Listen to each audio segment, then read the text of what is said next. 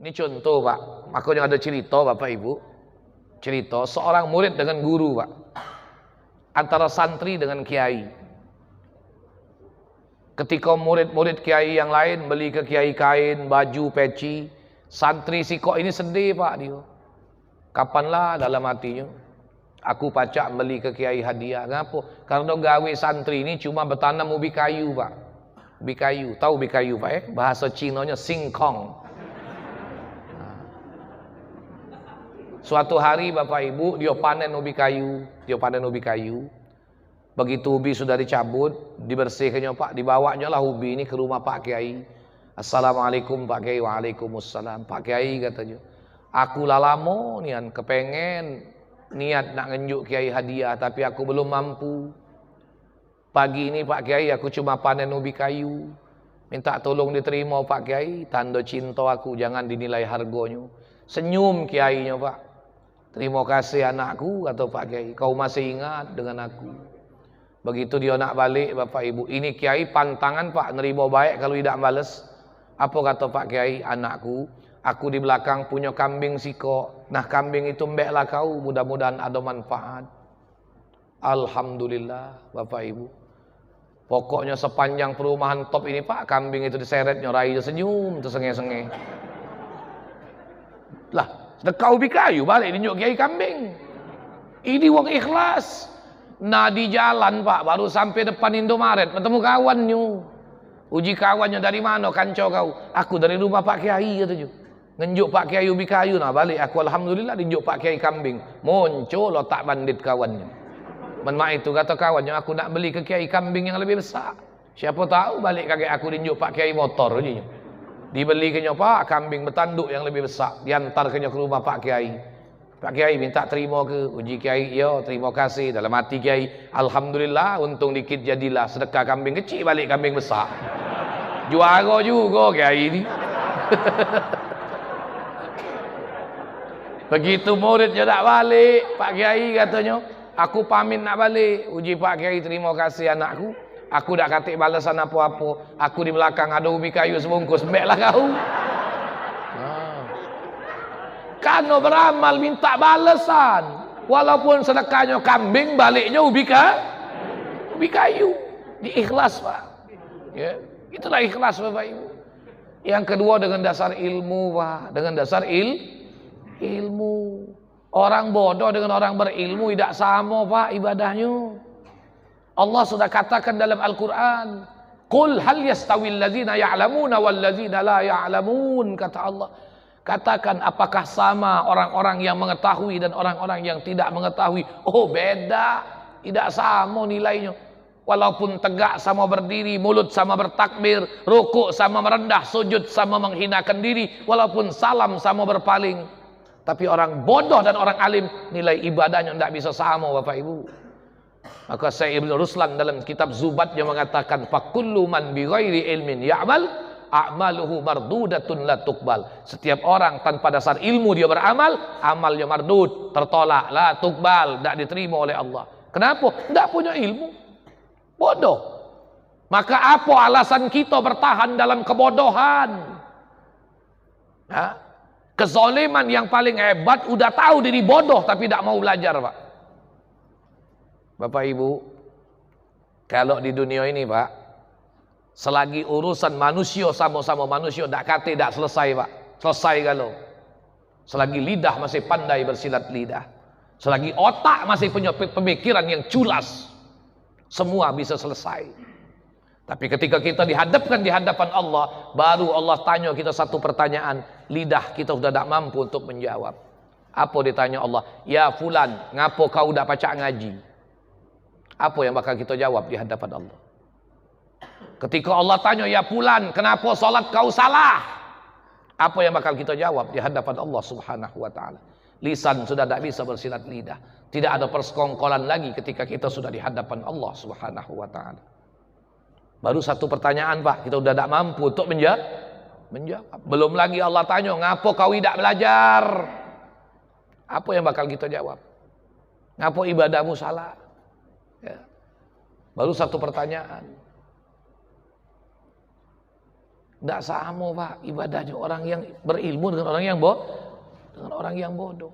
Orang berilmu Bapak Ibu tegak sholat sudah ketahuan Pak. Nah, ini tegak sholat. Berapa banyak orang sholat kakinya begini Pak. Nah, benar kan? Nah, telapak kakinya bukan sini. Dari situ udah tahu Pak. Oh, ini orang punya ilmu nih. Baru tegak berdiri, belum takbir. Oh, ini kalau ku bahas tambah panjang cerita takbir malam nih Pak. Ya dah, tahan masih tahan, lanjut. Ya dah. Nah, sholat jangan cuma sekedar bertakbir Bapak Ibu. Sekurang-kurangnya ada 14 syarat sah takbir. Maka Anda ngomong jangan main-main dengan urusan sholat. Ya. Takbiratul ihram itu Pak, sekurang-kurangnya 14 syarat sah takbir. 1, biarlah kepalangan Pak, untuk jemaah Masjid Nur Huda. 1, takbir hendaklah diucapkan dalam posisi berdiri ketika sholat yang fardu. 2, takbir mesti diucapkan dalam posisi menghadap kiblat. 3, takbir mesti diucapkan dengan bahasa Arab, tidak boleh dengan bahasa Ajam. Orang zaman sekarang Bapak Ibu, Masya Allah, Ana baru baca kemarin Pak, tidak tahu ionian apa tidak, ujinya khutbah Jumat tidak secara virtual, gilo. Lah berkumpul di sikok tempat Pak, khotib di situ, jamaah di situ, jamaah lagi masih tekak bantahan. Apalagi kalau khutbahnya secara virtual, secara online. Kemana otak manusia yang punya wacana? Inilah rusak kita gara-gara punya otak liberal Pak. Ngaji Bapak Ibu perhatikan kemarin, ada yang pakai irama langgam Jawa kan? Oh, dengan acara apa? Kearifan lokal. Apa dia dah kata-kata Islam. Anak terus terang Pak, agak berhawa ngomong kalau sudah urusan ini. Apalagi dengan otak-otak orang-orang liberal yang ngatakan sampai Islam itu agama pendatang. Na'udzubillah. Sekarang Bapak Ibu kita buka otak kita buka akal kita, pikiran, pola pikir kita Pak.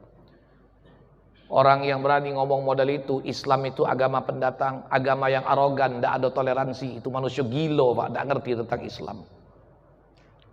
Saya garis bawahi Bapak Ibu, kalau mohon maaf Pak, Cina, Arab boleh dikatakan pendatang, tapi Bapak jangan sekali-kali ngomong Islam itu pendatang. Tolong digaris bawahi.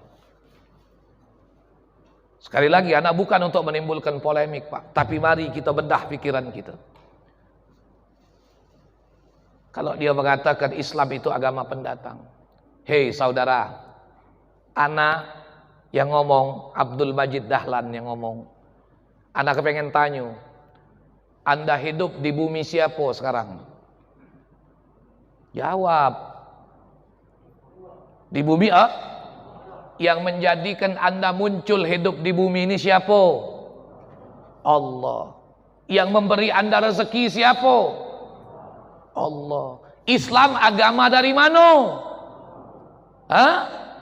Nah, kau baik lagi numpang di bumi Allah. Kalau Allah nak datangkan Islam, bersyukur kita hidup ada tuntunan. Jadi jangan berani ngomong sembarangan Islam agama pendatang. Allah yang nyuruhnya datang. Ini hati-hati Pak. Nah, nih, jadi 3 syarat takbir dengan bahasa Arab, 4 dengan lafzul jalalah Allah, 5 dengan lafaz akbar, 6 tidak boleh menambah waw berharokat qabla lafzil jalalah, seperti wallahu akbar, wallah itu nambah waw berharokat Pak.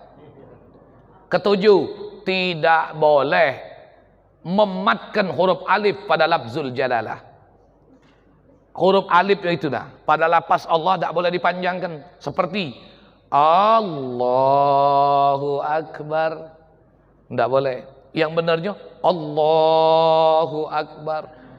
Tidak sedikit imam yang bertakbir alif pada lafzul jalalah itu dia panjangkan, Allahu Akbar. Kalau alif itu dipanjangkan, alif ini jadi istifham Pak, menjadi kalimat tanya dia, apakah Allah Maha Besar artinya. 8 syarat sah takbir Bapak Ibu, Yang kedelapan, mesti tertib di antara dua lafaz. Tidak boleh dibalik. Akbarullah. Mestinya Allahu Akbar. 9. Syarat sah takbir. Tidak boleh menambah waw berharokat baina lafzain.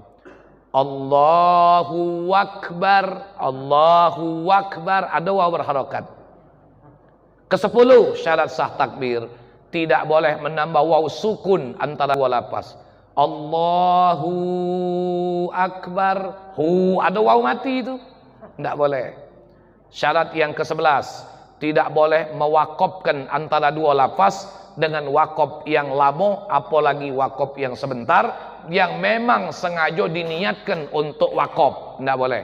Seperti Pak, Allah Akbar. Nah, tak boleh itu. Ya, berapa sudah? 11. Syarat yang ke-12, tidak boleh mentasydidkan huruf ba pada lafaz akbar. Seperti Allahu Akbar. Ba-nya seolah bertasydid. Berapa sudah? 12. Yang ke-13 Bapak Ibu, tidak boleh mematkan huruf ba pada lafaz akbar. Seperti Allahu Akbar. Ba-nya panjang. Ya, itu dimatkan berarti ba-nya tidak boleh. Kalau ba itu dia panjangkan Allahu Akbar, artinya gendang besar. Yang kedua haid atau menstruasi. Sebab haid dalam hukum fikih paling banyak punya nama Pak. Haid, mahid, aza, akbar, itu nama lain untuk istilah haid. Berapa sudah? 13. Yang ke-14 sekarang. Alhamdulillah, berarti masih nyambung, Bapak Ibu masih ngitung. Ya. Kalau aku ladak ngitung lagi Pak.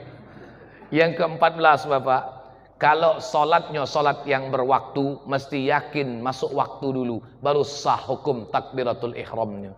Kalau sekarang anak bertakbir dengan niat solat subuh, kira-kira sah apa tidak Bapak Ibu? Tidak. Kenapa? Karena belum masuk waktu. Syarat yang ke-15. Syarat sah takbir yang ke-15 ini berlaku dalam kondisi solat berjamaah. Apa itu Ustaz? Takbiratul ihram makmum mesti setelah sempurna takbiratul ihram imam. Takbiratul ihram imam tidak boleh dibarengi walau biharfin, meski satu huruf sekalipun. Imamnya takbir Pak, Allah, makmumnya langsung Allah. Tidak sah takbir makmum itu. Ya, tidak sah.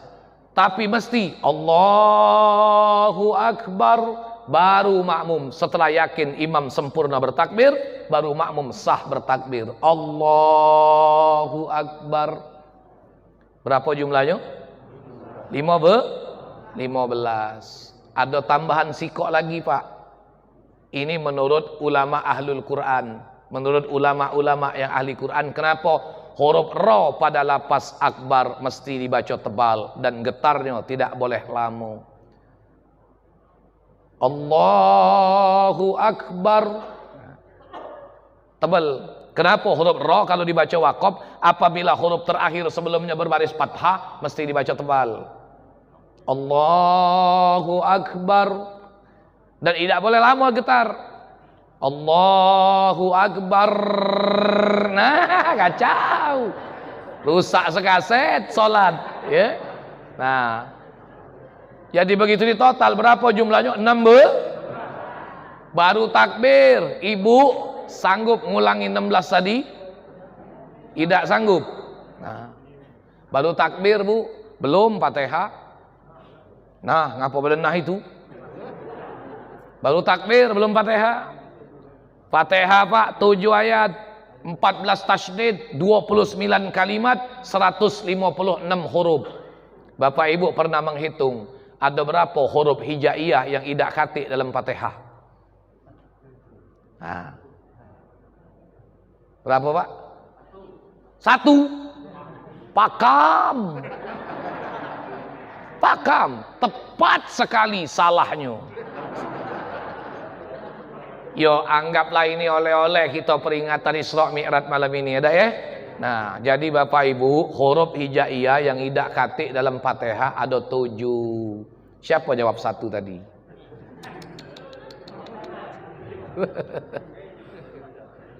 7 Pak, huruf hijaiyah yang tidak termaktub dalam Fatihah. Sajin, khazin, syazfin. 7. Alif, bata, sa. Nah, sa itu huruf yang keempat. Itu tidak katik dalam Fatihah. Kedua huruf jim. Ketiga huruf ha. Keempat huruf zai. Kelima huruf sya, shin besar. Keenam huruf zo. Ketujuh huruf fa. Sajin, khazin, syazfin. 7 huruf ini tidak termasuk dalam Fatihah. Jadi kalau dia cacat nyebut 7 huruf ini, aman Fatihahnya Pak. Aman. Nah yang kacau ni tak pacak nyebut huruf ra.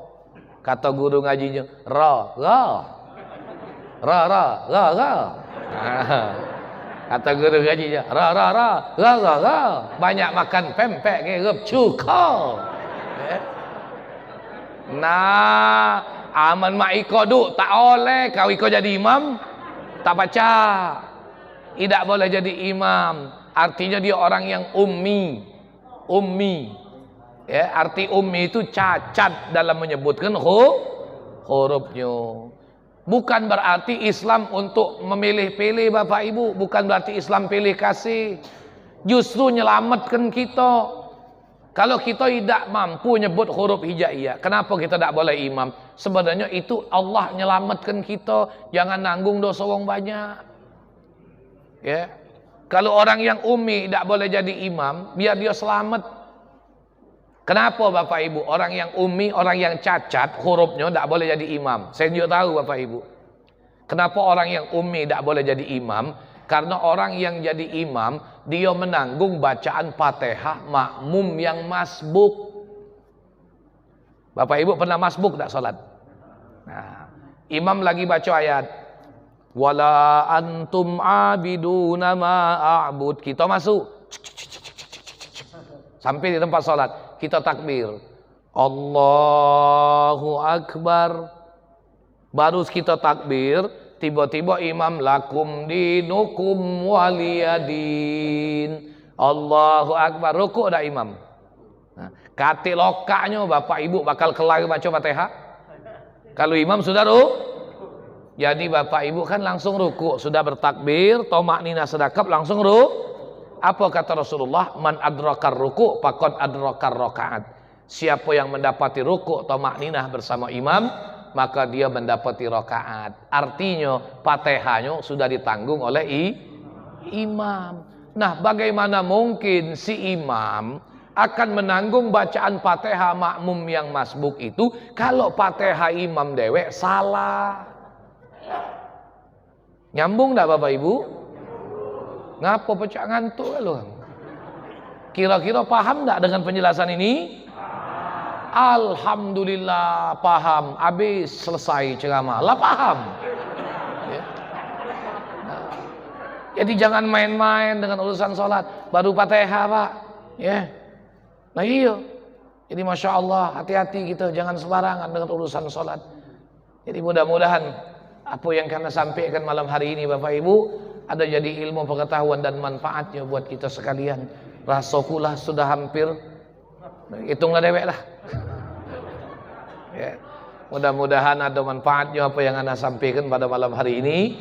Ya, mudah-mudahan juga duduk kita, hadir kita di masjid ini Allah catat sebagai ibadah dan amal soleh kita di hadapan Allah Subhanahu wa taala. Sekali lagi lebih kurang mohon maaf, lebih kurangnya pada Allah Subhanahu wa taala mohon ampun. Hadza ma aqulu lakum wal afu minkum. Wassalamualaikum warahmatullahi wabarakatuh. A'udzu billahi minasyaitonir rajim. Bismillahirrahmanirrahim. Alhamdulillahirabbil alamin. Allahumma shalli wa sallim ala sayyidina Muhammad wa ala ali sayyidina Muhammad. Allahumma ij'al jam'ana hadza jam'an marhuma wa tafarruqana min ba'dihi tafarruqan mubarakan ma'suma. Allahumma hdina bihudak waj'alna mimman yusari'u fi ridak wa la tuwallina waliyan siwak wa la taj'alna mimman khalafa amraka wa 'asak. Wa hasbunallahu ni'mal wakil wa la haula wa la quwwata illa billahil aliyyil azim. Rabbana ighfir lana wa liwalidina wa limasyayikhina fid din wa li dzurriyyatina wa lil mu'minin. Rabbana zalamna anfusana wa in lam taghfir lana wa tarhamna lanakunanna minal khasirin. Rabbana 'alaika tawakkalna wa ilaika anabna wa ilaikal masir. Rabbana atina fid dunya hasanah wa fil akhirati hasanah wa qina azabannar. Wassallallahu ala nabiyyil mukhtar walhamdulillahi rabbil alamin. Taqabbalallahu minkum. Assalamualaikum warahmatullahi wabarakatuh.